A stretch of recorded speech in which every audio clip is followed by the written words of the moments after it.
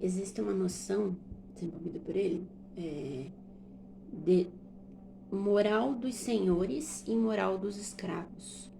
Mas isso não diz respeito que o escravo é escravo do senhor. Não é nessa relação, nesse tipo de hierarquia. A moral dos escravos é uma moral pensada no sentido, elaborada pelo Nietzsche, no sentido daquele que é escravo de si mesmo, que não vive de uma forma com que a sua potência, a sua vontade de potência, como diz o Nietzsche, seja mostrada para ele e para o mundo no sentido de crescimento, de desenvolvimento e de constante superação.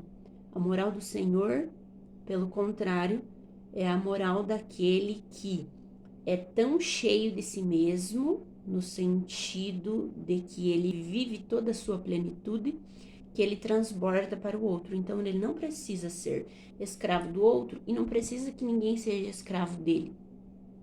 Aquele que é escravo, ele se coloca na posição de escravo por ele mesmo, não porque ele é submetido pelo outro.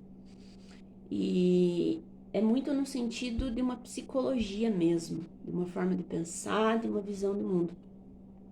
Então, muitas vezes isso é confundido como se o escravo fosse explorado pelo senhor, no sentido de análise desses conceitos de moralidade, mas o que ocorre é muito diferente disso, né?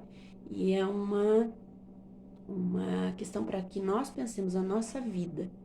Será que eu estou vivendo de uma forma com que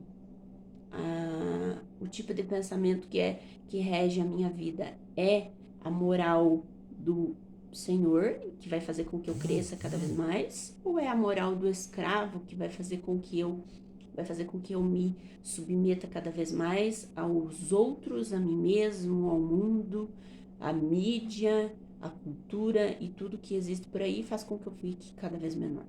Então, é nesse sentido que o Nietzsche fala sobre a moral do Senhor e a moral do escravo.